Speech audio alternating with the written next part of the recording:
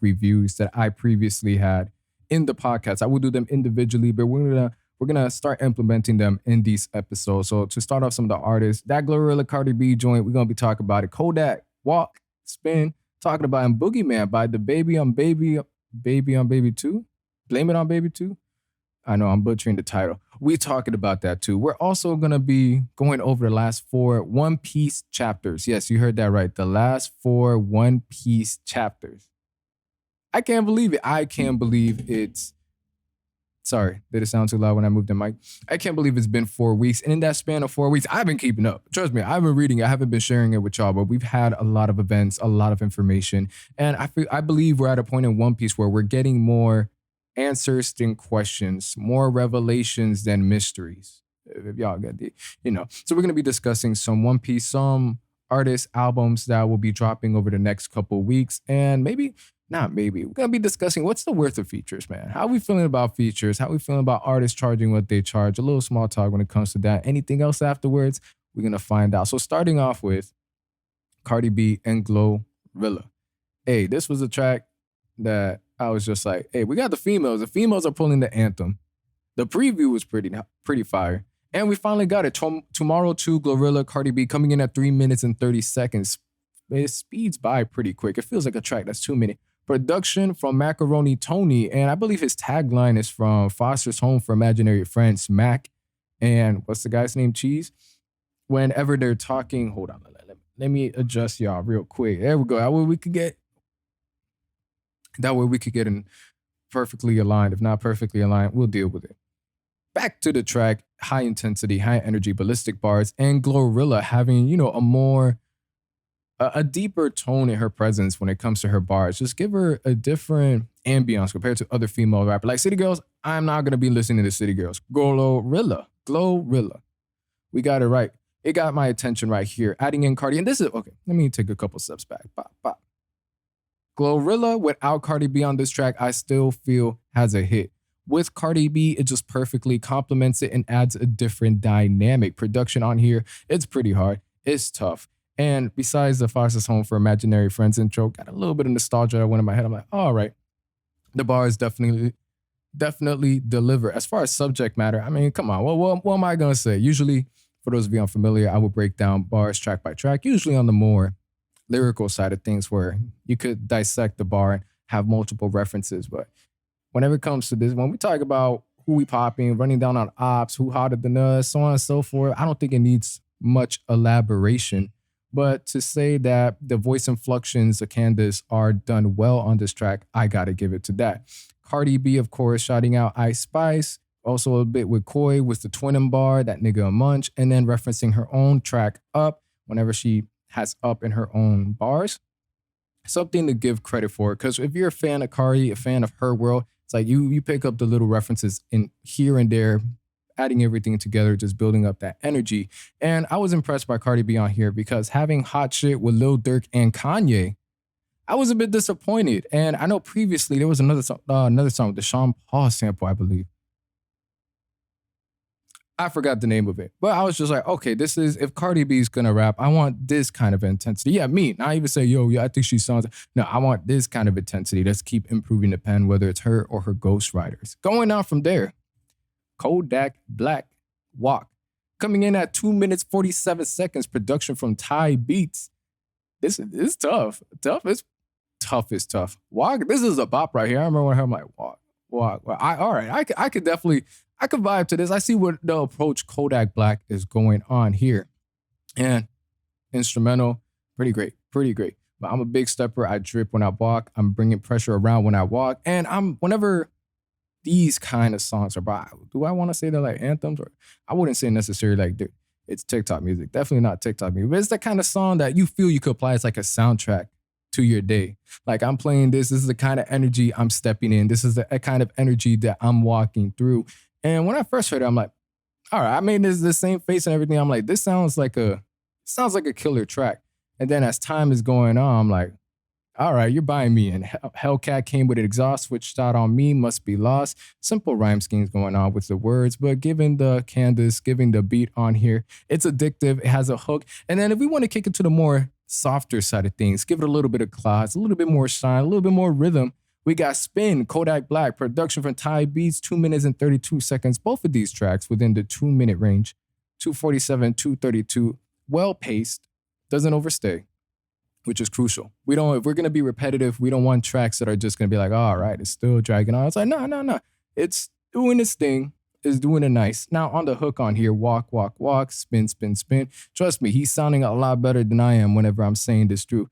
Stepping and sliding, run down on ops. It's beautiful. It's elegant. It's something you can listen to when you're walking through on a sunny day, just hopping around with your chopper. Oh man. But a nice 2-piece combo from Kodak Black. Something I would say completely different, but it has some spice. We got some spice going on these tracks. And finally, for the 4th track we're going to be discussing, BOOGIEMAN, the Baby from Baby on Baby 2. Baby on Baby 2. Damn. Now going back, Baby on Baby, releasing in 2019. That album, incredible. I believe that was the album. Yes, okay. I got it all sorted out. Baby on Baby 2019, definitely the album that put the Baby on the map. That was rough. That was really rough right there. The album that put the Baby on the map. And I remember the Baby's feature on The Sun at the same time when Dreamville was dropping their album. And everything was just going great, from the features to the singles to his performances. And the music videos were real goats. One thing we could appreciate from the Baby is the quality of his music videos. And just if you're a fan of the Baby, you eating. If you are the Baby fan when it comes to his music, you're getting releases, you're getting high quality music videos, and lyrically, the Baby is still here. One thing I gotta give to BOOGIEMAN is definitely the flow. His flow has different paces throughout the track, which is something that I appreciate. Seeing as how the Baby doesn't waste a second starting off a track. The fact that at certain times he's able to slow things down, change up the pace, you gotta appreciate moments like that. Anyhow, BOOGIEMAN coming in at It's not giving me the total time here. How am I supposed to do my thing? It's not giving me my total time. Anyhow, production from Jetson Made, another one, or is it just Jetson Made? I dropped the ball on that too. BOOGIEMAN, man. What was it? I believe I saw 50 Cent posted up, and then I was like, oh, the Baby's dropping an album. And I just found out. I can't tell if that's on me or on his label for promoting it. But cover art, I know it's sort of going to cover art. We just topping it up. BOOGIEMAN, having the Baby sort of being a BOOGIEMAN iced out. I think that's a pretty hard album cover. Coming around the time that next month, Halloween, October, I'm buying into it. I'm buying into the whole, what did I say, theme? Yeah, the whole theme behind it, being the BOOGIEMAN, applying himself with that role. But going into some of the verses, man, we love when the Baby is talking. We love when the Baby is rapping his shit.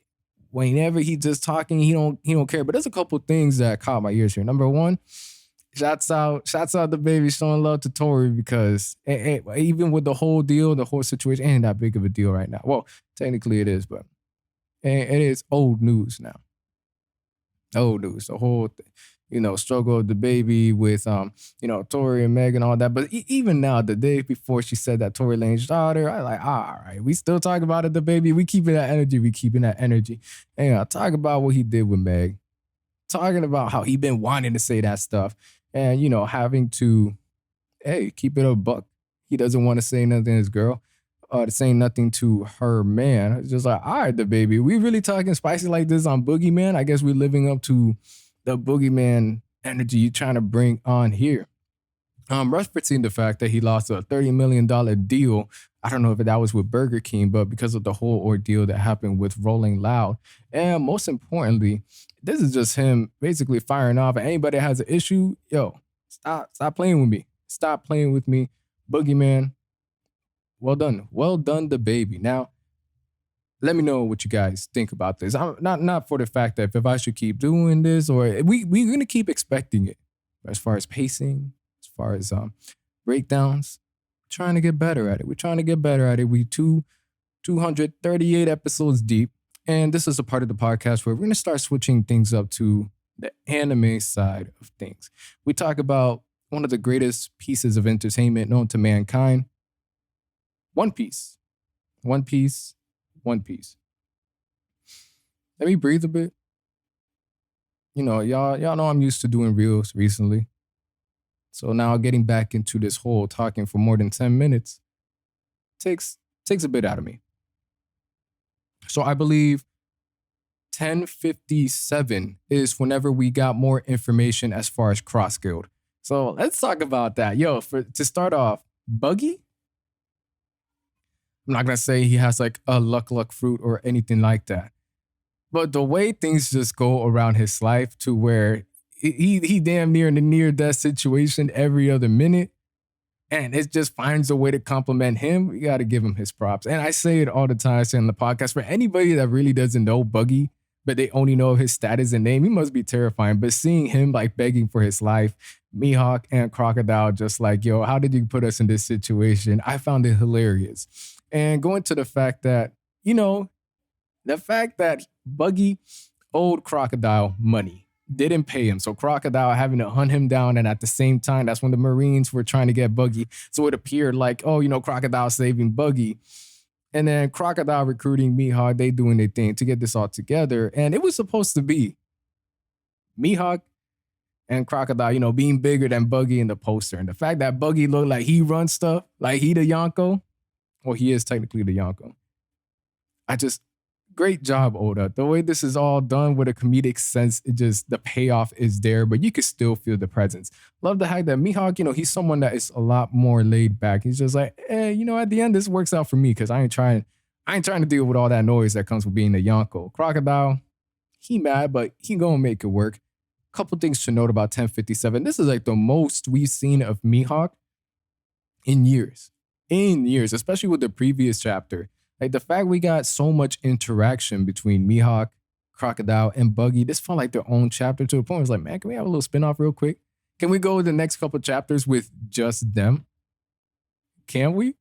And going from there, that was just like, these chapters can't get one upped anymore. Like, how can we get any better from here? Of course, it's gonna get better. And I believe 1058. If I'm right. I might be losing track of my numbers here, but I believe after that was when we got the one and only Blackbeard coming back. So to go into that whole thing, Blackbeard wanting to get the devil fruit from, what's her name? Boa Hancock. Wanting to get her devil fruit, he sees the value in her devil fruit. Which, all of us, we were having all these theories about how Blackbeard is going to get this fruit, that fruit. But Boa Hancock's being a fruit that's like, yo, we know it's overpowered, but it really is overpowered. Like, it's crazy how important, or not important, turning anybody to stone. So we got Blackbeard going in to attack. We also got Kobe that's attempting to arrest Hancock. These Marines, they got balls. They got balls for the fact that they could get an order saying, hey, go capture Luffy, and they just gonna be like, all right, cool. This reminds me, what was the RDC World skit, the Akatsuki skit, where it was like your first day in the Akatsuki, all right, go secure the Nine Tails. It's like, oh, Nine Tails? Yeah, he's in a Hidden Leaf Village. Well, I know where he's at, but the Nine Tails can't. This is the kind of energy I'm getting from here. Oh man, but to speed it up, Kobe, of course, trying to get Hancock. We get surprised with Blackbeard making his presence known. And then we also come to find out the whole reason the island's getting destroyed, because we seen like these little kids is I'm not even going to try to pronounce it. I'm just going to say these PX models of Mihawk and Boa Hancock. The Mihawk one literally slashing the island, slashing a chunk of the mountain, and even forcing, when it started fighting against Blackbeard, even forcing Blackbeard to use some haki. A couple important things to note about this. Number one, I'm happy that Blackbeard shows that he's able to use haki. It would have been a bit weird to have Blackbeard last this long, even though he does have two of the most overpowered fruits. I still feel like haki needs to be something at a basic level Blackbeard's capable of. And he is, so that's good to see. But the fact he's let me not emphasize the fact he's sort of freaked out, because Blackbeard be freaking out about everything.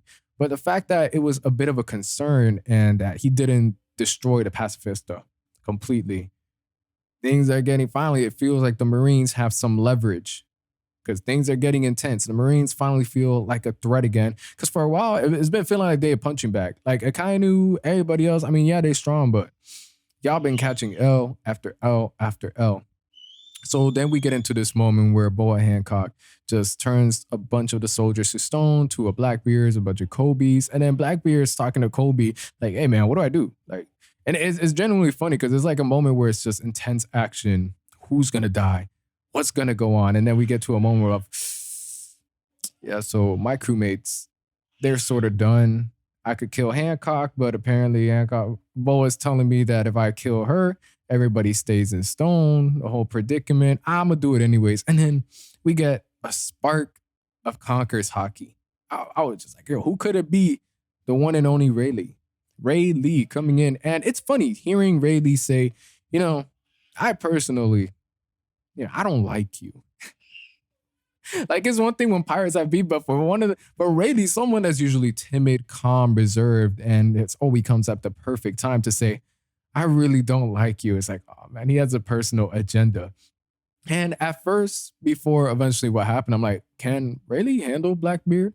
Now, don't get me wrong, Ray Lee, we seen it years ago. He was able to hold off against Kizaru, but I mean, Blackbeard confirming the fact that he has a basic level, basic understanding of hockey, capabilities, and two of the most overpowered devil fruits. Can he really survive Blackbeard? And I know I'm diving a little bit. One of the biggest drawbacks of Blackbeard when it comes to his power is just that it's so destructive. He's just going to kill all his allies around him. I feel that's going to play a part in the future. But seeing Ray Lee come out and I was just like, man, this chapter, we're getting not just Blackbeard, but Ray Lee. We're getting Boa, and we're getting these new pacifistas. Like, this is great. This is great. Eventually, Blackbeard ain't want no smoke with Ray Lee. He walks off, kidnaps Kobe, Boa, whatever, undoes the stone for everybody, undoes the stone, unfreezes everybody from the stone. They go on with their day. And that's the most important thing I got out of that chapter. Following up with the next one, we finally get more information as far as Sabo. What is Sabo trying to do? Is Sabo really kill the king? Now, I'm pretty sure we all know he didn't. But having Sabo attempt to reach out to the revolutionary army to say, hey, not him, but that there's somebody that sits at the top. There's somebody that sits in a chair. There's somebody above the entire world to confirm that. And having him shoot down what I believe to be Uranus, what I believe to be the agent weapon, and destroy the island. When you know the strongest, when you understand that a character is overpowered, super strong, it's just like, all right, how strong are they? Until we really see it. Like, this man, apparently king of the world, how strong is he? Obliterating an entire island. And then the, 16, I was going to say streaks of lights or beams the same way as its Eno, and a lot of parallels and comparisons to Skypiea, because Skypiea is definitely a blueprint for this last saga. We're seeing the parallels with the attacks, with the moves, with the introduction to the grand scale of the attacks. Eno the same way, Beam, M the same way a Beam, how they both symbolize the king, the god, the rulers. And important things to note, what is the natural enemy of Eno, or of his powers at least? Rubber. Luffy. Who's going to be the natural enemy of M? That, we at some point Luffy's going to defeat him. Luffy, aka Sun God Nika. Incredible stuff here. I could continue fangirling and going on to more discussions as far as how this is all tying. And shouts out to all the YouTubers that do all this hard research for me, because I just be enjoying the theory videos. Like, yeah, I was thinking about that. No, I wasn't. I'm not out here reading these covers, flipping these numbers and translations, but we're going to incorporate it. And then most recently, we're going to be talking about the Dr. Vegapunk revelation. For starters, it ain't an old man, at least for now. That's ridiculous. But One Piece chapter 1061, we could do like an official review of this because this was recent. The Straw Hats, after slashing the tornado and finding that Bonnie was in there, the water spout, we get a giant shark at the bottom of the ocean, and it ends up being a mecha shark. By the way, I'm loving the fact that the ocean and technology can still be a grand threat to not just a sun god, not just to the legendary Straw Hats. Oh yeah, we're saying legendary right now. But the fact that it isn't like, oh, we defeated Kaido, so now nothing could be an obstacle. The ocean is still one of the greatest threats to any pirate with a devil fruit. Damn near, even without the devil fruit, the ocean is still something you don't play with. And having a mecha shark come out of nowhere, pretty sure nobody planned it, but to see that it was still a threat, something that was urgent and they had to overcome, it's nice to get that kind of urgency aside from, oh, a Yonko. I don't know. The ocean's still pretty crazy, man. The ocean, what we got going on right now, it's still pretty wild. So, of course, the Straw Hats being going overboard, Jinbei having to save Luffy, Chopper, and Bonnie, everybody else. Who knows where they're at. So we enjoyed our couple chapters of the Straw Hats getting together. So we'll take a couple steps back. I love the fact that we've been able to have some pre-time skip Nakama engagement. The jokes, the interactions, Luffy, of course, getting in trouble for steering everybody wrong. And just, it feels like the family again. We back together. We were loving this. And it lasted for about, 3-4 chapters, and it was good, but they was bound to separate again at some point for the sake of the story. So Jinbei, of course, saving Luffy, Chopper, Bonnie, Frankie in his mech suit, attempting to save everyone. And then eventually the shark stops attacking. Come to find out, but by the way, Frankie, with your giant mech, that's crazy on Frankie, but come to find out in the mech suit is a person or in the shark. And it's none other than the one and only Dr. Vegapunk. Yo, you know how it's one thing to go from finally having Mihawk, okay, Crocodile, Crossgill, Buggy, Yonko, going from their Blackbeard and Rayleigh and these pacifistas, and then from their Sabo unleashing his real, whether it's his power or weapon. And then to finally have, not finally, but then to add this on top, Dr. Vegapunk in the span of 4 chapters, we're seeing characters that we haven't seen fighting forever or more interaction that we ever seen. Not just any, but legendary characters. Mihawk, for 2 chapters in a row, we seen him talking and everything. Crazy. The final villain of One Piece, at least we assume. Actually, all right, it's time for me to throw hands. Y'all seen my underlings do the dirty work for me, but I'm gonna show you what happens when I gotta deal with stuff. Man, let me sit back. Cause they had me going ballistic. And then this chapter, Dr. Vegapunk, the one that said, if we could save this, or else I'm gonna keep venting off about One Piece, man. Dr. Vegapunk being a female, a young female at that. Not an old man that we expected. Not the, he's been doing this for years. He's like a nerdy scientist. No. Dr. Vegapunk. Now, important thing to note that we see the 02 on the shirt. So could that be a second version of Dr. Vegapunk, Dr. Vegapunk's daughter? Who knows? But going off to silly pirates. Y'all not my friends. I'm a Marine still. So at the end of the day, whether I stop the shark or not, y'all getting to work. Crazy. So that's a quick way to summarize about 4 weeks worth of One Piece that I have skipped out on. I'm sorry for letting you guys not hear my voice about this. Boruto, Dragon Ball is on the way. I was going to discuss the Dragon Ball here, but if anything, I'll discuss the movie. I still haven't seen it. Heard great things commercially. Love that they finally, from what I was informed, Gohan, he ain't trying to be a scholar. The new form, it felt like fan fiction, but I'm happy, even though it wasn't fan fiction, that it has that fan fiction energy. And when I do watch it, I can't wait to discuss it. As far as bringing back Cell or, their own version of Cell, find it disappointing, but I don't know, what do you guys think is worse? Bringing back a villain or a certain version of a villain, or having a new villain that just doesn't meet up to the previous villain standards? I can't tell which poison hurts still worse. And at this point, we're going to be bringing things to a close in this episode. So we're going to be talking about what is the worth of features to certain rappers.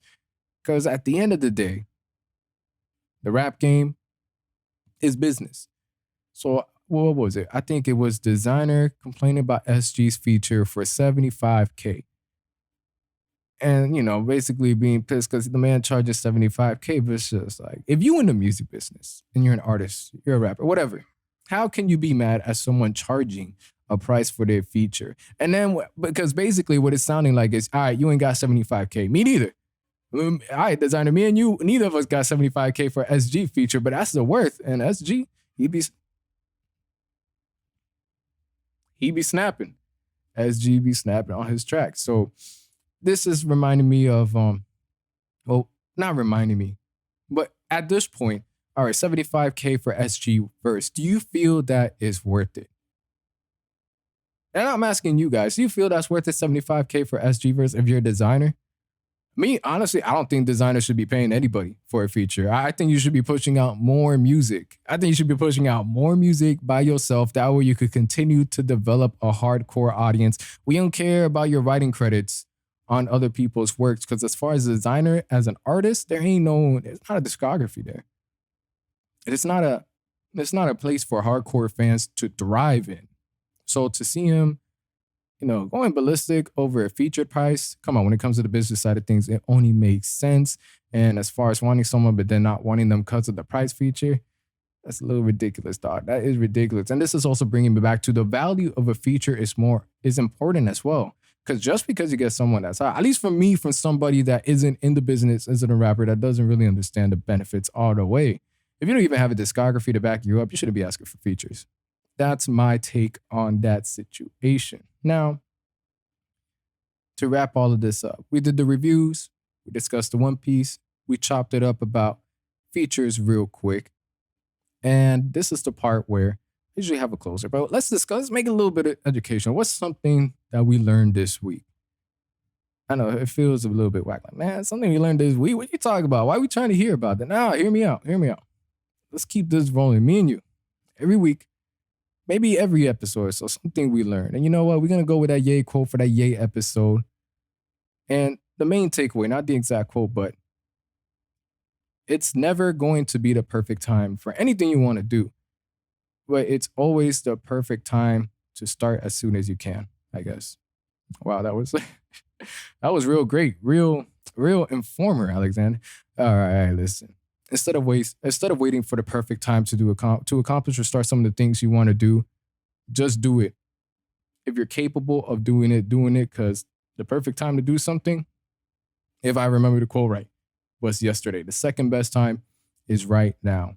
Now, thank you guys for tuning in. I wanted to discuss more topics, but we're going to get that down in episode 239 because as I'm letting y'all know, talking damn near like 30 minutes plus, so on and so forth.